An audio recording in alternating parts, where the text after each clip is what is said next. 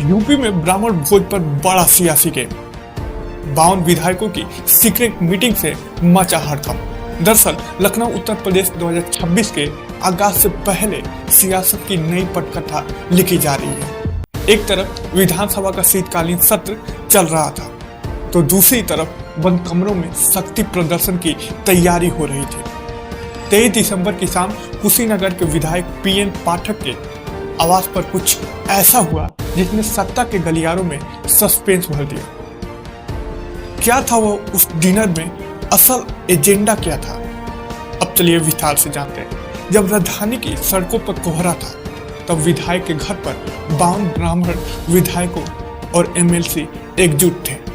खास बात यह है कि इस डिनर में सिर्फ बीजेपी ही नहीं बल्कि विपक्षी दलों के ब्राह्मण शामिल थे।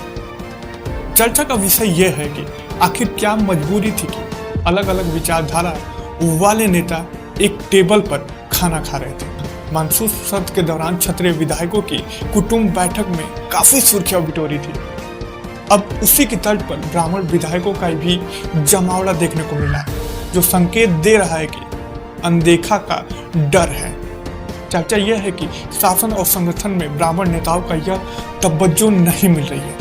इसे अपनी राजनीतिक धमक दिखाने की कोशिश के रूप में देखा जा रहा है। दरअसल जब पार्टी में विधायकों से पूछा गया तो उन्होंने बताया कि यह एक सिर्फ चाय पार्टी थी। अब आपको बता दें कि विधायक रत्नाकर मिश्रा का कहना है कि चर्चा सिर्फ समाज में संस्कार देने पर हुई, सियासत पर नहीं।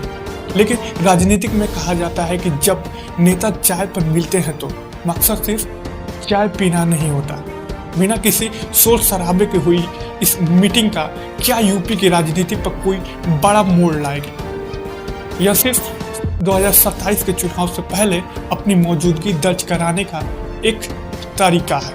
नजरें अब लखनऊ के अगले घटनाक्रम पर टिकी है। वैसे ब्राह्मणों की एकजुटता को लेकर आपकी क्या राय है? आप अपनी राय हमें नीचे लिख के जरूर बताएं, और इससे 2027 के चुनाव पर क्या असर पड़ सकता है ये भी लिखना बिल्कुल भी ना भूलें।